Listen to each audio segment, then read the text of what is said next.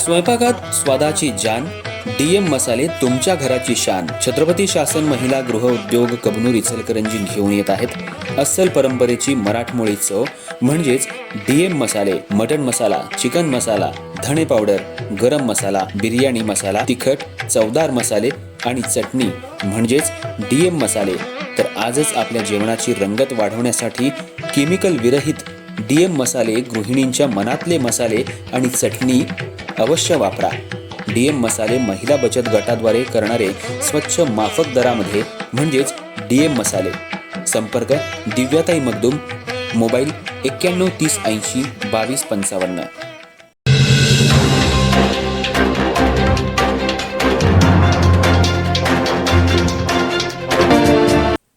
इचलकरंजी शहरासह संपूर्ण महाराष्ट्र राज्यामध्ये सध्या उन्हाची तीव्रता मोठ्या प्रमाणात वाढताना दिसतेय. एप्रिल महिन्याच्या मध्यावरच तापमानानं 40 ते 45 अंश सेल्सिअसचा टप्पा गाठल्यानं सर्वसामान्य नागरिक, विद्यार्थी, वाहनधारक आणि वयोवृद्ध यांना प्रचंड त्रास सहन करावा लागतोय. दिवसेंदिवस वाढणाऱ्या तापमानामुळे दुपारच्या वेळेत रस्ते अक्षरशः ओस पडताना दिसत आहेत. सकाळपासूनच उन्हाची तीव्रता जाणवू लागते आणि दुपारपर्यंत ती असह्य बनते. विशेषतः दुपारी 11 ते सायंकाळी 4 या काळात उष्णतेचा प्रकोप अधिक जाणवतोय. यामुळे नागरिकांना अत्यावश्यक कामाशिवाय घराबाहेर पडणं कठीण झालंय. हवामान खात्यानं पुढील काही दिवसात उष्णतेची लाट आणखी तीव्र होण्याचा इशारा दिला असून नागरिकांनी योग्य ती खबरदारी घेण्याचं आवाहन केलंय. या वाढत्या उष्णतेचा सर्वाधिक फटका शाळा आणि महाविद्यालयात शिकणाऱ्या विद्यार्थ्यांना बसतोय.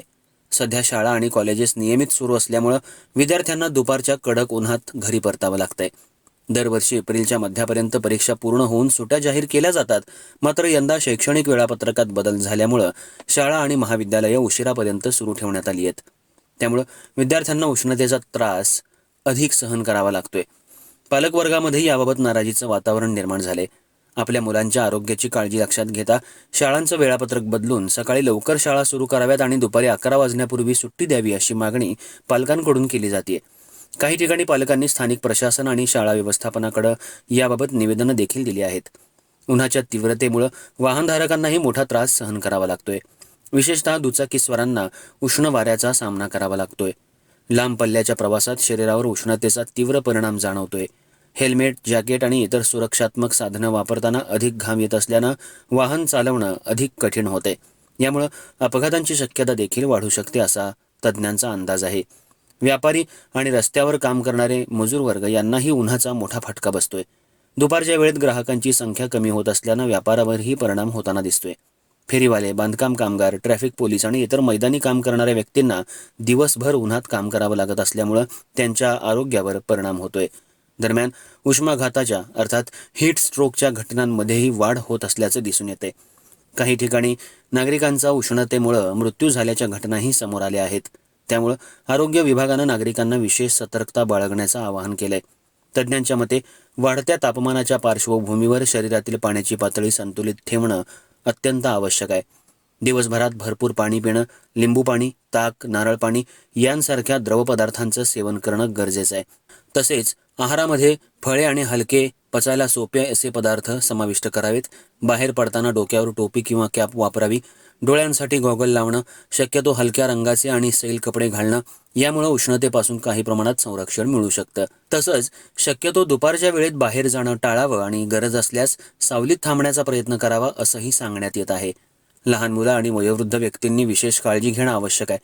त्यांना थेट उन्हात जाणं टाळावं. त्यांच्या आरोग्याची नियमित काळजी घ्यावी.